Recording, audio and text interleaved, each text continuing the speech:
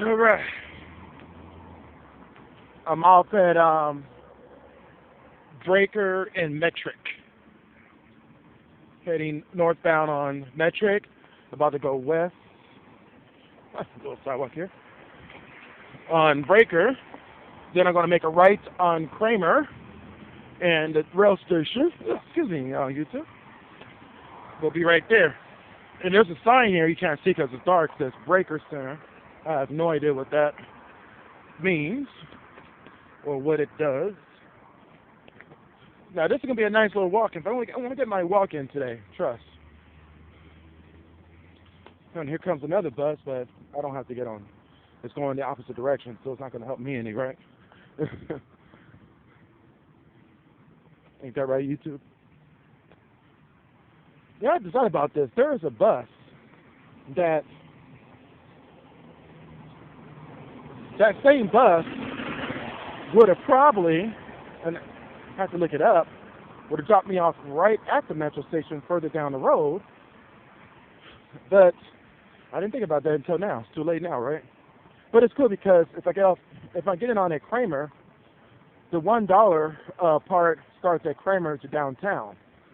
And I'll get most of the ride here versus going further down, the ride will be shorter. And of course, me loving trains, I want to get the most out of it for $1. But I had a $2 pass. A $2 pass. I had a $2 pass that I'm going to use. That I'm using today expires tomorrow at the same time. It's good for 24 hours. And it's going to allow me to ride the bus and train all day. Then this is how it works. Today, I caught the bus here to Metric and Kramer, or Breaker, and then I'm walking over to the metro station now, to the Kramer station of the Metro Capital Metro Rail, is what it's called, and catch the train to downtown. Now, Whole Foods headquarters is about 12 blocks away from that train station. So then I got to walk it's probably under 2 miles. Probably about a mile or so. I got to walk through downtown. Then once I get to Whole Foods headquarters, they have a shuttle bus that'll take me out to the middle of nowhere, the place I've been going to every day. It's in the middle of nowhere. It's off of 360, and that is where the I really don't know what it's called, but it's the extension of the headquarters. Can I work in IT? Well, that's where they moved the IT department, I guess.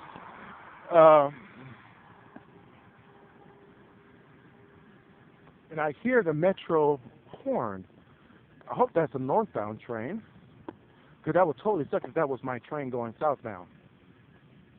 I know I didn't miss the train because I gave myself 30 minutes between the bus stop and the train station.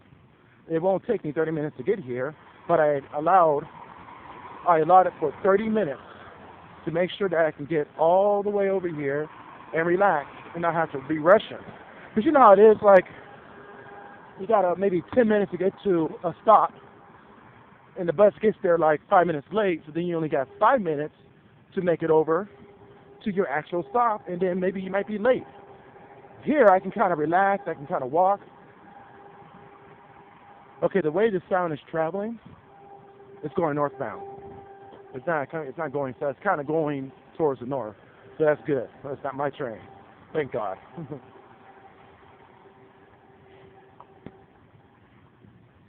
Oh, what is that light blinking there? Oh, it's a creek. And the light is on a bridge to, warn people who are boating at night of the pillars that are in the water. Interesting. I mean, I just see these blinking red lights and green lights. I'm just wondering, so what the hell is that?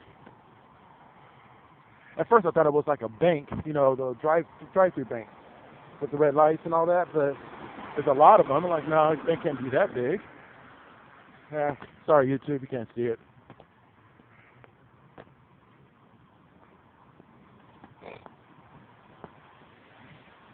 All right, according to my video, I've been walking for 5 minutes and 8 seconds. Of course, this is going to be edited down, so you're not going to get the whole essence of my walk here. Of course, that'll be very boring because most of the time I'm not really talking unless you watch the uncut footage, then you'll see the whole thing. But man, my nose is itching. Oh, I wish I need to go to the doctor so I can figure out a way to get rid of that itch. It's at the exterior of my nose. When it's a lot of pollen in the air, I have allergies, normal allergies. I sniff a lot and I sneeze, right? But also my nose itch, and it really itches and is annoying as hell. And I wish that one day, when my insurance kick in, that I'm going to go to the doctor and find out if there's some kind of cream or solution to get rid of that itch. Because I'm thinking if I can take something, if I can rub something on my nose every single morning, I can get rid of that itch throughout the day. I don't have to worry about it. Because, God, I swear, it's just... And you thinking how I rub, I notice in my videos I rub my nose a lot. It's just irritating. I want to get rid of that. I just don't want to do that anymore. If I can just put some lotion on or something. Yeah. It's annoying as hell. Whew. It's a nice little walk. It's not bad. It's not hot. But the day I walked that trail on July 31st, which you, at this time, today's the 9th, I think. That video has not been edited yet. It will be edited soon. Let's try to work on it tomorrow. I am working on a very slow-ass computer, which makes it very difficult to get these vlogs on time. But I'm going to, the day that I walked that 2-mile trail, it was very hot at the same time. And even though I had a cup of water with orange juice in it, and I had a full cup of water with ice, and I poured just a little bit of orange juice in it to get that, those carbohydrates and stuff you need that orange juice can provide. It's like a Gatorade, but not as concentrated as Gatorade. I think that's what kept me alive on that 2-mile trail, walking in the hot sun like that. But right now it's nice and cool. It's not bad. It's just real nice. It's cool. It's early morning. The sun's not even up yet. I don't even see like a hint of sun coming into the horizon. And then it's in that direction where the sun will be coming up. And it's not even close. Okay, is this Kramer? Yeah, this is Kramer.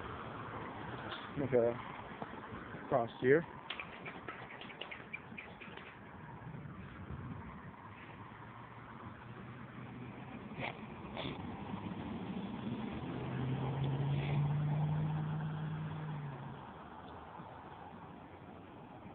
Oh, this is BS.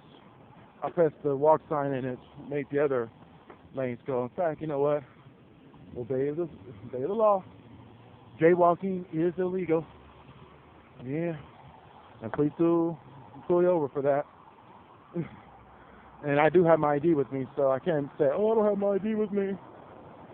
I can't even say that.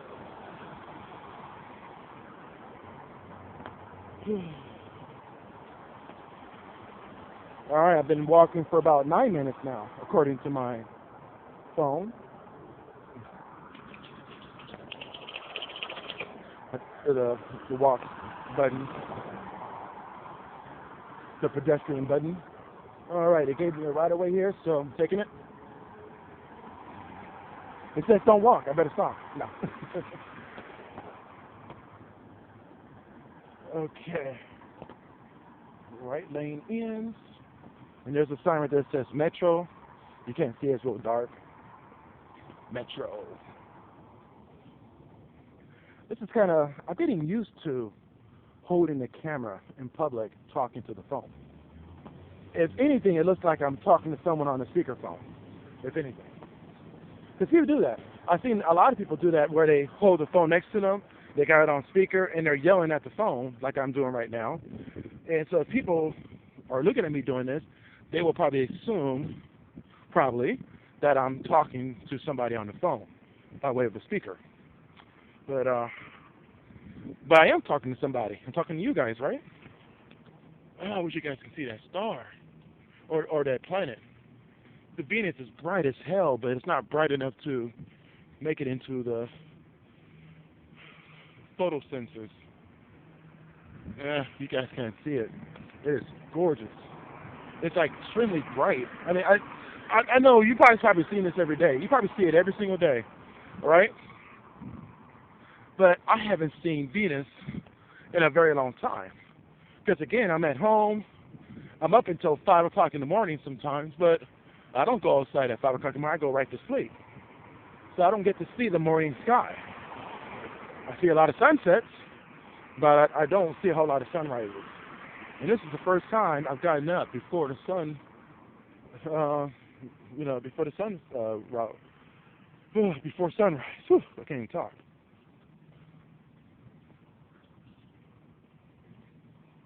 I see a train signal down there, so I know I'm nearby. It's not the train station, but it's one of the train signal lights.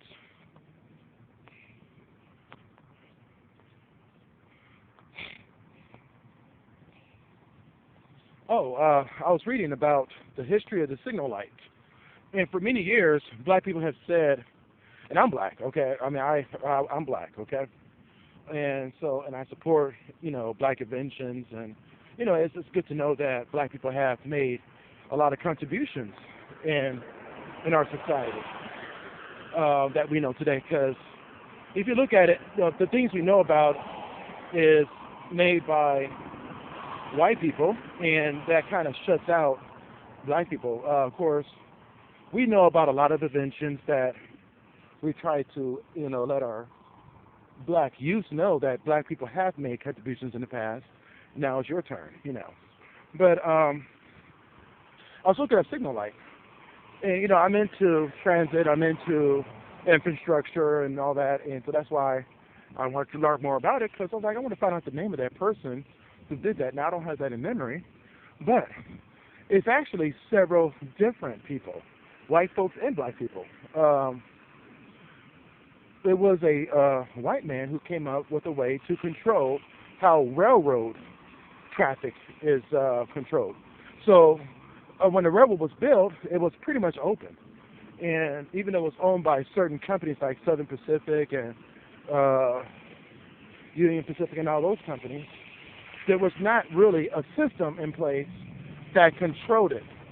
So what they did was they built these little houses, like these little watchtowers, and someone will man it.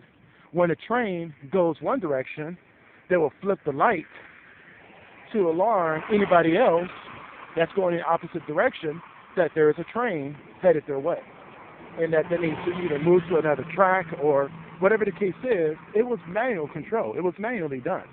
There was not really any automatic process to any of it, because they didn't have that type of technology back then. And then they came out with switches. Switches were like the analog computers of the day that was able to control how the lights are done. Now, back in those days, there was no electricity, of course. The only electricity they had was lightning storms. So, and static they can probably drag up from rubbing their feet on the ground. So, it's not really a whole lot of, there weren't any light bulbs or anything like that. So what they did was they put lanterns with color-coded backgrounds, red, green, and stuff like that. And those lanterns were so bright, the fire in it, that it was enough for the train operator to see, and it had to be manually done. Basically blow out the lantern, and you like the other one. And that lets the train operator know that they need to hop onto another track before they crash into somebody. Now, let me give you a good example of how that works. Train signals are very simple, but very important for the rail industry. This train system not only runs cargo, but it also runs passenger rail. The passenger rail runs once an hour, sometimes every 30 minutes during rush hour. So the Capital Metro which is the name of the transit system here. The computer talking. These tracks are operated by rail, and you notice that the standard here is that the width has to be comparable to what the freights are, so that they don't bump into the station, of course. Now, see the lights right there? The one on the left is both red. The one on the right is also red. There's a cross track there. What that's telling the train conductor is that this particular track is straight ahead. It doesn't change track at any point. The one on the left means that track is not cleared for rail. Because remember that noise you heard, the horn? That train already went north. And so it's just letting everybody know that the left track over here is not clear for any type of rail. Now, anybody who uses old technology for trains can use the signals as a way to navigate themselves on tracks. It's illegal if you did it, And of course, they have modern technology. Things are automated now. It's really awesome now. But the time I took the train, this is up on my YouTube channel. We saw this bike facility, and it's called Metro Bike. It's a little too dark right now, but it's called Metro Bike, and it seems like you have to purchase a Metro org, and a card will be mailed to you, and it's a card accessible unit. So you just swipe your card, you go in, and then I guess they have like a little bike repair station here for air, and they got like little tools that are attached so that you can't steal the tools, but you can make simple repairs. You can sit down and make your repair, and then you just tie your bike up and then get on the train. That's pretty cool. And this is a good way. I mean, think about it. If I ride my bike to this, instead of bringing my bike with me to work, I can just park it here, get on the train, get on to work, and then too easy, right? I am really early. Let me see. It's 6:02. Wow. And the train doesn't get here till like 6:24, I think. So I am really early. Yep, 6:24 downtown. Wait a minute, which side should I be on? Make sure I'm on the right side, because that would totally suck if I missed the train because I was on the wrong side of the track here. I think I'm facing north. This should be the south side. But the sign over there says downtown. Should I be on that side? Is there a sign that tells me which side I'm on? I mean, the electronic signs say that, but now I'm kind of confused. There's the bus. I could have caught that bus here, right? Yeah, that would have been the bus I would have caught to get here. But no, I had a nice walk, so I don't feel bad about that. Okay, I just got to make sure I'm on the right side of the freaking track here. Of course, if the train comes, I have enough time to make adjustments. I just have to run. It's not like New York where the door opens for like a second and then the door closes immediately. So the signs here don't tell you which track, which side you're on. So if you're a person who is not directionally aligned, I guess, you really don't know. You just have to kind of stand off to the side and just run to the train.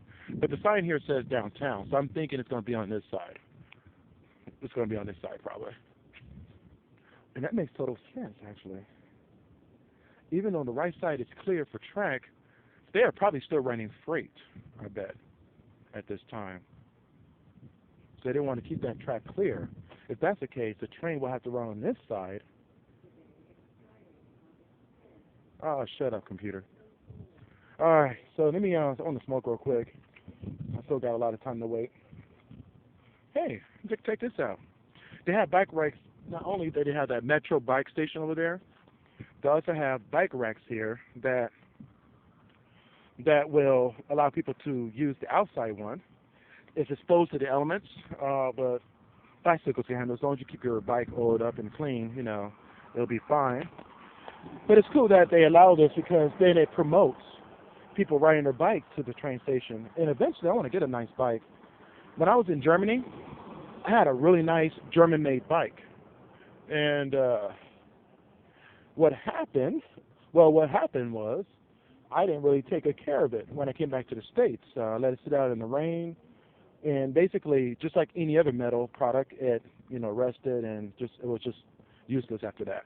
But it was a really nice bike, and I do regret not taking really good care of it, like putting a cover over it and getting out there once in a while to wash the chains off with oil, stuff like that. Stuff you need to do to keep to keep a bike operational.